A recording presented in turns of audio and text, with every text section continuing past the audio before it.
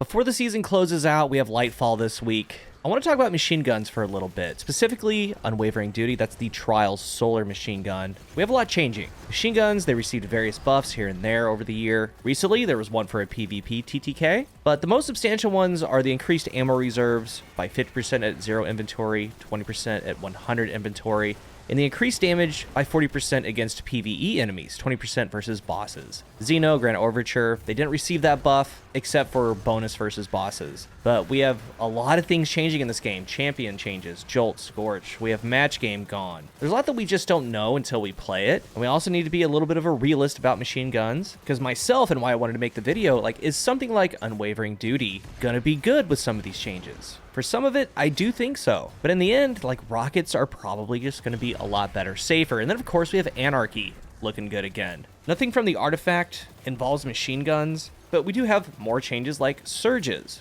Surges increase elemental damage dealt by 25%. There's going to be featured damage types like Season of Defiance is going to be strand, but there's weekly rotating surges for Solar and Void. Well, this is a Solar machine gun. It deals 40% more than it did to rank and file, 20% more to bosses. It's going to have the surge, not to mention any other modifiers on top or damage added. So yeah, it could be really good, and a machine gun could be an overcharged weapon for an activity. This machine gun has some things about it that do make it appealing. It's an adaptive frame, gives me some Hammerhead vibes a little bit if you're a veteran player. I am going to be talking about the Adept version, and I got about 30 of these things, and I rounded it to about 15 or so. There was a combination I was looking for that I did not get. I was close, but there's still a lot to talk about. If you played Trials this season, you might have some in your vault, so let's get into it. Being Adept, it rides a slippery slope. This thing has Incandescent. Well, Enhanced Incandescent can roll on fixed odds, and that just wins. That's a craftable machine gun that's solar. But on the other side of the coin, where you lose that, you do gain the Adept mods, and in this case, Adept big ones. And in the future, they're adopting Raid Adept weapons to be enhanced. And that looks just to be the cream of the crop as far as Destiny weapons go, because you're going to be able to do weapon enhancing on a weapon to be upgraded with enhanced traits, a level, a memento socket. There's no word if that's going to happen to Trials Adepts, but it might be something to look forward to. And in the background, you've seen Incandescent a little bit. I'm going to talk about some roles on this thing, and it's just in general play, right? I'm on the moon. There's no real reason to bring it into a Nightfall, bring it into Battlegrounds, because the way that we play is getting ready to drastically change all around. It's just to talk about the value for this machine gun. There are some interactions with this thing, I'm going to bring up field prep in a little bit. So we have field prep for a fast reload. This thing also, since it's a PvP weapon, has one quiet moment. Just so you know, one quiet moment and field prep stack. So field prep's actually going to be fairly highly rated from me because of this.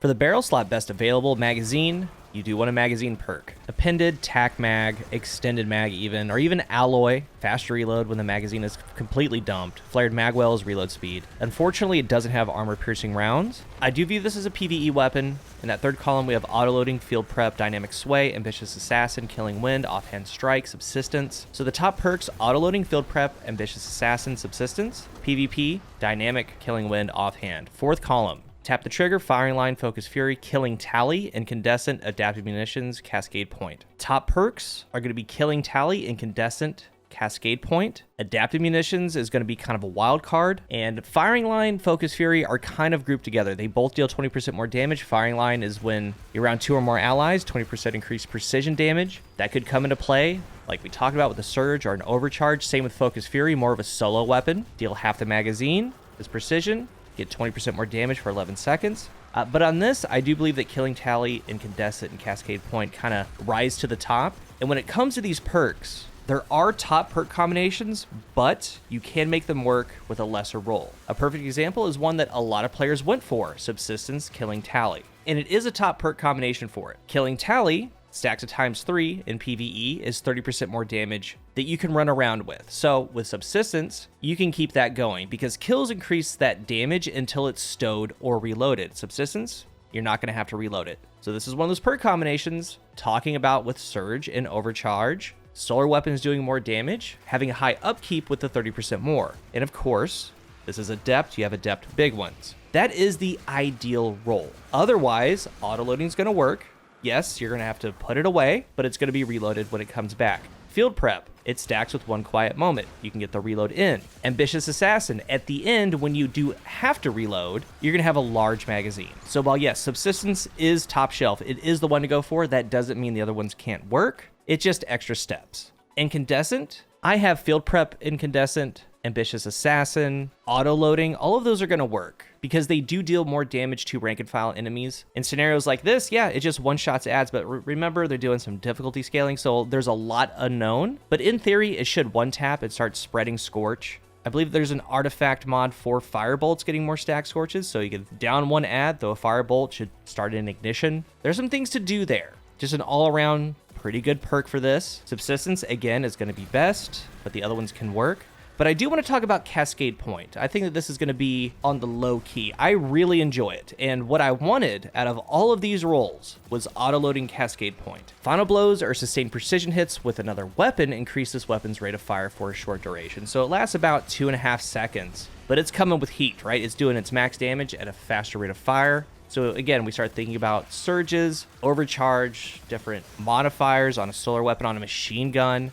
With a setup like this, the one that I'm using, my cascade rolls are field prep, subsistence, ambitious assassin, and then killing wind. But the idea is something like this. We have jolt on this SMG, able to jolt the target, hit him with the wither horde, and there's a lot of damage inflicted. Jolt is jolting because the wither horde's hitting it. You're hitting it with the machine gun at a fast fire rate. It's really stunning them in place. And once the 2.5 seconds is gone, switch back to the SMG, build back up Cascade Point with 4 hits, come right back to it. So ideally, auto-loading would have been just great right here, because all you're really doing is getting the perk up, bringing the machine gun out, unloading the damage with a faster fire rate, then going back to your Wither Horde, SMG, whatever it is, build it back up. If time has passed, it's going to reload the entire magazine. So this is what I really wanted. But again, ambitious assassin, field prep, all of that's going to work. There is a place for Focus Fury. There is a place for firing line, especially because of Adept Big Ones, adding that on top with your modifiers and what we're getting ready to see with Lightfall. There are some good perks on machine guns. We've seen target lock with the Void one. I would keep them around. Even though GLs and rockets look really good coming up, I think that these could shine with surges and overcharges. But I'm really excited for this week. I'm getting ready, wiped all of my computer, all the old footage, getting things set. I plan to go pretty hard with it. Some of my reviews might not be as in-depth. I'm going to try to get through a lot of content. I'm a one-man show. I do have an editor that's going to be helping me this time around. So while I'm working on one thing, they could be working on another. I'm going to try to get as much content out as I can. There's going to be a lot to go through. But this one is all about machine guns. Let me hear your thoughts on them. They've gotten gradually better up to this point, and with the new ways to play in Lightfall, they could be pretty good. I'd love to hear your thoughts though. If you're new here, remember to hit the subscribe button, and if you are subscribed, thank you so much for your support. And thank you for watching, and until the next one, I am CoolGuy.